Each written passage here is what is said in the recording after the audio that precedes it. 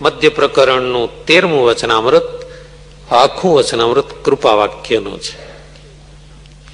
13મું વચનામૃત નિશ્ચયનું વચનામૃત છે.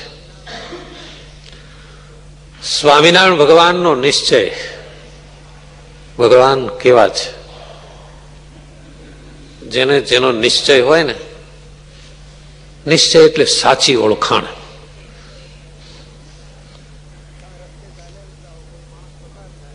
તમે રસ્તે ચાલ્યા જતા હો, કોઈ માણસ પસાર થાય, તમે એને રસ્તો ના આપો, કઈ નહીં, એના તરફ લક્ષ્ય પણ ના રાખો. પણ કોઈ તમને એમ કે આ ગયો એ કોણ છે, ઓળખો છો, અને એની મોટાઈ બતાવે, ત્યારે તમને જોવાનું મન થાય, ઓહો આવડો મોટો માણસ અમારી પાસેથી નીકળી ગયો, ખબર ન પડી. આ વચનામૃતમાં સ્વામિનારાયણ ભગવાન પોતાના સ્વરૂપની, પોતાના મહાત્મ્યની બહુ અનોખી અદભુત વાત કરે છે. પણ અન્યોક્તિ, ભગવાન જાણે કે પોતે કોઈ મહા મોટા મુક્ત હોય, મુક્તની સ્થિતિ કેવી હોય એવા માધ્યમથી વાત કરે છે. શરૂઆતમાં મહારાજે એમ કહ્યું કે મોટેરા મોટેરા હો અને વાતમાં સમજતા હો એ આગળ આવો. એટલે સંતો ભક્તો બધા આગળ આવીને બેઠા. શ્રીજી મહારાજ કહે છે, જુઓ આજે તમને જે વાત કરીએ છીએ એ અમે કોઈ માને કરીને નથી કરતા, અમારી પોતાની મોટાઈ વધારવા માટે અમે આ વાત નથી કરતા, પણ આ વાત એટલા માટે કરીએ છીએ કે તમે બધા છો, સંતો ભક્તો સૌ બેઠા છો, એમાંથી કોઈને પણ જો આ વાત સમજાઈ જાય તો એનું અતિશય રૂડું થાય છે. જો કે આ વાત સભામાં કરવા જેવી નથી, છતાં સભામાં કરીએ છીએ. સભામાં કરવા જેવી નથી એટલા માટે મહારાજે કહ્યું કે આમાં જેમ કે કોઈ પણ માણસે શિક્ષાપત્રીમાં મહારાજે લખ્યું કે પોતાના મુખે પોતાના વખાણ ન કરવા, તો આ મહારાજ સ્વસ્વરૂપની વાત કરે છે, એટલે સભામાં કરવા જેવી નથી કહેવાનું કારણ એ છે. શ્રીજી મહારાજે કહ્યું, જુઓ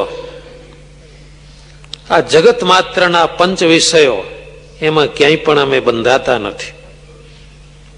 ત્રિલોકીનું રાજ્ય હોય કે ઠીકરું લઈને માગી ખાવું હોય, એ બંને અમારા માટે સમાન વર્તે છે.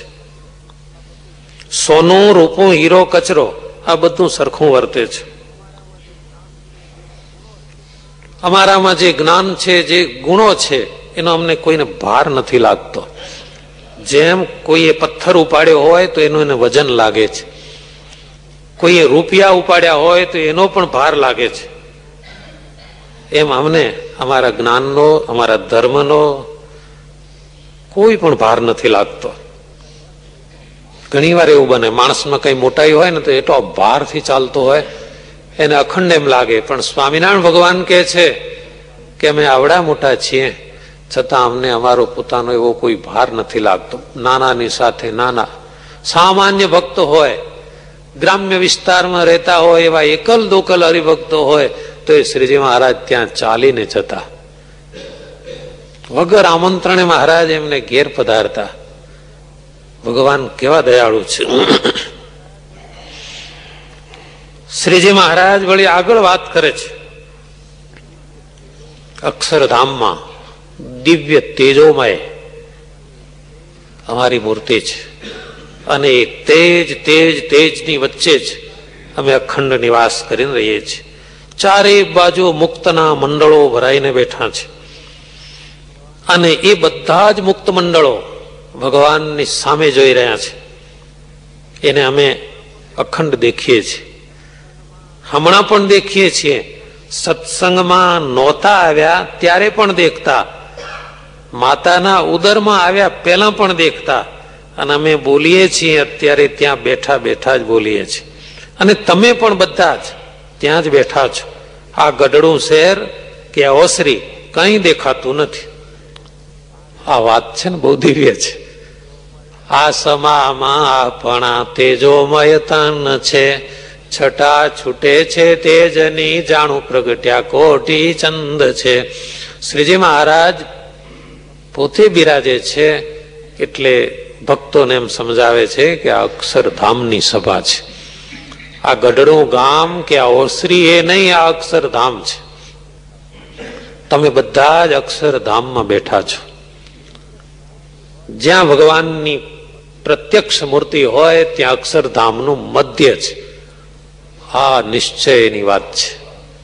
તો કેવો આનંદ આવે. આપણને એમ સમજાઈ જાય કે આપણે ક્યાં બેઠા છીએ. અક્ષરધામમાં બેઠા છીએ. કોઈ વિકાર ન રહે. મન આપોઆપ શાંત થઈ જાય. શ્રીજી મહારાજ આ વાત સમજાવે છે કે અમે કઈ દેખતા નથી, તમે બધા ત્યાં બેઠા છો, પણ તમારા સમજવામાં પરિપૂર્ણ આ વાત આવી નથી. જ્યારે આ વાત તમે આપવા સમજાશે ત્યારે કામ ક્રોધાદિક તમામ સ્વભાવ આપોઆપ જીતાઈ જશે. અને તેજોમય એવી આ મૂર્તિ, સદા દિવ્ય સાકાર મૂર્તિ, એનું જે ધ્યાન કરે છે એ માયાને તરી જાય છે, પરમ પદને પામે છે. એટલું સમજી રાખજો કે આ ભગવાનના વસ્ત્રો, અલંકાર, વાહન, પરિચર્યાના કરનારા સેવક, ખાન પાન આદિક પદાર્થ, જે જે ભગવાનના સંબંધને પામે છે, આ બધું જ નિર્ગુણ બની જાય છે. આપણે યાત્રા કરવા જઈએ છીએ તો એટલે જ દર્શન કરીએ છીએ કે ભાઈ આ પથ્થર ઉપર મહારાજ બિરાજ્યા હતા, આ વૃક્ષ નીચે ભગવાન બિરાજ્યા હતા, આ મકાનમાં ભગવાનનો નિવાસ થયો હતો, અને એ મકાનને, એ પથ્થરને, એ વૃક્ષને પગે લાગીએ છીએ. કારણ કે ભગવાનના સંબંધને પામ્યો એ દિવ્ય બની ગયો, નિર્ગુણ બની ગયો, કલ્યાણકારી બની ગયો છે. ને ભગવાનની લીલા તો કેવી છે. ભગવાન જ્યારે પ્રગટ થાય, મનુષ્ય રૂપ ધારણ કરે, ત્યારે પણ એની ઈચ્છામાં આવે એમ વર્તે છે. ક્યારેક તો ભગવાનની મૂર્તિ એમને એમ રહે, જેમ કે ભગવાનની મૂર્તિને ખોળામાં લઈ અને રૂકમણીજીએ દેહ ત્યાગ કર્યો. ઋષભદેવ ભગવાનનો દેહ અગ્નિમાં સમર્પિત થઈ ગયો. તો ક્યારેક તો આખું સ્વરૂપ અદ્રશ્ય થઈ જાય. આ તો ભગવાનની લીલા છે. પણ આટલી સમજણ જેને ન હોય એ ગમે એવો ત્યાગ રાખે, ગમે એવો વૈરાગ્ય રાખે, પણ એની ખામી ભાંગતી નથી. અને આ વાર્તા જેને એકવાર સમજાઈ જાય પછી તો ગમે ત્યાં હોય એનું જ્ઞાન જાય નહીં. જેમ વૃત્રાસુર બીજા જન્મમાં હતો છતાં એનું જ્ઞાન ગયું નથી. આવી વાત શાસ્ત્રમાંથી પોતાની જાતે ન સમજાય, પણ સંત પુરુષ થકી જ સમજાય છે. સજ્જનો, હે ભક્તજનો, જેને આવો નિશ્ચય થયો એ ભક્તમાં અપાર સામર્થ્ય આવે છે.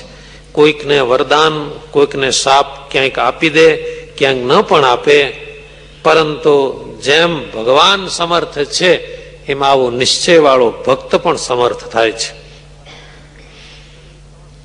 અમારે પરમહંસ સત્સંગી સમસ્ત પાસે કોઈ સ્વાર્થ સિદ્ધ કરવો નથી, છતાં કોઈને બોલાવીએ છીએ, કોઈને વઢીએ છીએ, કોઈને કાઢી મૂકીએ છીએ, એટલા માટે જ કે એમને આ વાત સમજાય ને તો એનું કામ થાય. હે ભક્તો, એટલું તો સમજજો કે તેજને વિશે જે દિવ્ય સ્વરૂપ છે અક્ષરધામમાં, એ આ મહારાજ પોતે જ છે. અને આ વાત સર્વ શાસ્ત્રનો સિદ્ધાંત છે. શ્રીજી મહારાજે આ વાત કરી. સાંભળ્યા પછી આખી સભા, સંતો અને ભક્તોની આખી સભા શું સમજે છે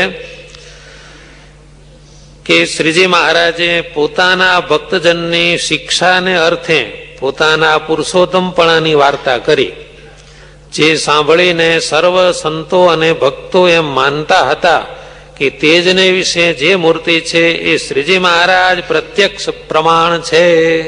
સ્વામિનારાયણ ભગવાનની જય.